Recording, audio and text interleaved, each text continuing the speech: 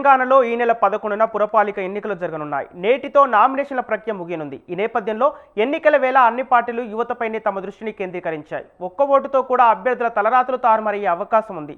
ఇక దీనిని దృష్టిలో ఉంచుకొని రాజకీయ పార్టీలు యువ ఓటర్లను మచ్చిక చేసుకోవడానికి వ్యూహాలు రచిస్తున్నాయి. ఇక ఇదే అంశానికి సంబంధించి మరింత సమాచారం మా ప్రతినిధి ఉషా కాంగ్రెస్ తరపు నుంచి సమాచారం అందిస్తారు. ఉషా, చెప్పండి. అంటే రాష్ట్రంలో తామే ప్రత్యామ్నాయ పార్టీ అని చెప్పుకునే బీఆర్ఎస్ పార్టీకి అంటే ఏ విధంగా ఎదుర్కోబోతుంది అధికార కాంగ్రెస్ పార్టీ?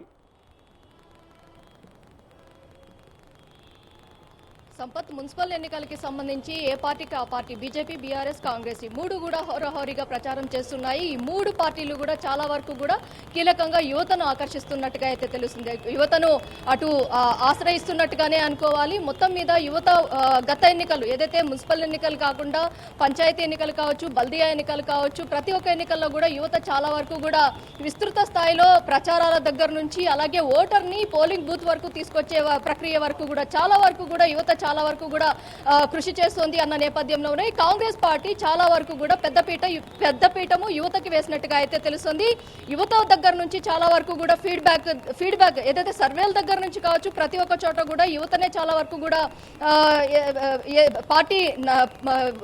పార్టీ అప్రోచ్ అయినట్టుగా కూడా తెలుస్తుంది. మొత్తం మీద 18 ఏళ్ల నుంచి 39 ఏళ్ల వరకు ఉన్నటువంటి యువత ఎవరైతే ఉన్నారో దాదాపు తెలంగాణ వ్యాప్తంగా 45.50% వరకు ఉన్నారు. వీరిని కనుక ఆకర్షించినట్లయితే వీరికి కనుక ఏదైతే రాబోయే కాలంలో వారికి కావాల్సినటువంటి వసతులు, విద్య, ఉద్యోగం, అలాగే తమకు కావాల్సినటువంటి జిమ్, స్వయం ఉపాధి పథకాలు, ఏదైతే లోన్స్ కావచ్చు, ప్రతి ఒక్క దానిలో కూడా యువతకి ప్రియారిటీ ఇవ్వాలి అన్న ఉద్దేశంతో ఉంది.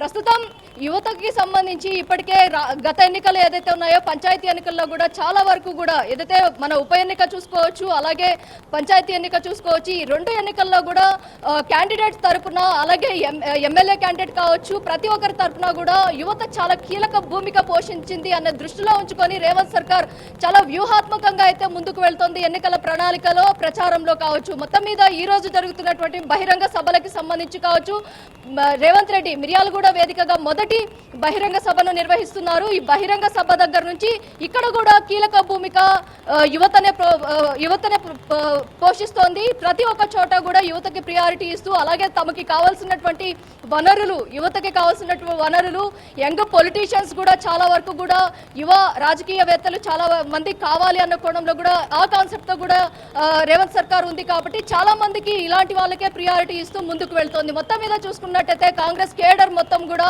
యువత మీద డిపెండ్ అయ్యిందనేసి చెప్పుకోవడంలో అతిశయోక్తి లేదనిపిస్తోంది.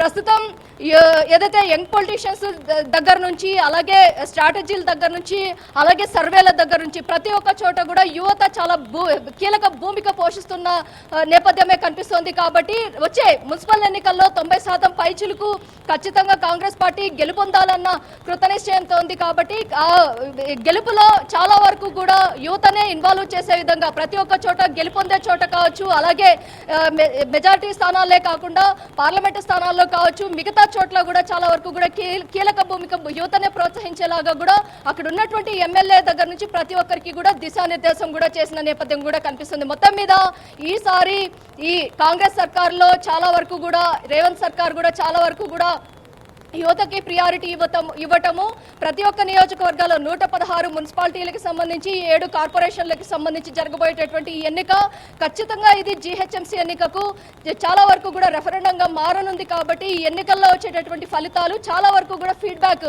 జీహెచ్ఎంసీకి క్యారీ ఫార్వర్డ్ అయ్యే అవకాశం ఉంది. కాబట్టి వీటన్నిటిని కూడా బేరీజు వేసుకొని ఏదైతే మధ్య వయస్కులు, ముసలివారు చాలా తటస్థంగా ఉంటారు, వీరికన్నా యువత అయితే చాలా చురుగ్గా పార్టిసిపేషన్ ఉంటుంది. ఎన్నికల ప్రచారంలో కావచ్చు, అలాగే ఓటింగ్ వేయించే విధానంలో కావచ్చు.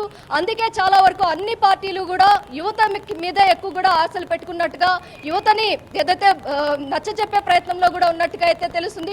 యువతని ఎలాగైనా సరే మచ్చిక చేసుకుని వారి ద్వారా గెలుపు అవకాశాలని చాలా వరకు కూడా తీసుకుని వెళ్తున్న నేపథ్యాలే కనిపిస్తున్నాయి. Sampath. Okay, right. Thank you Usha.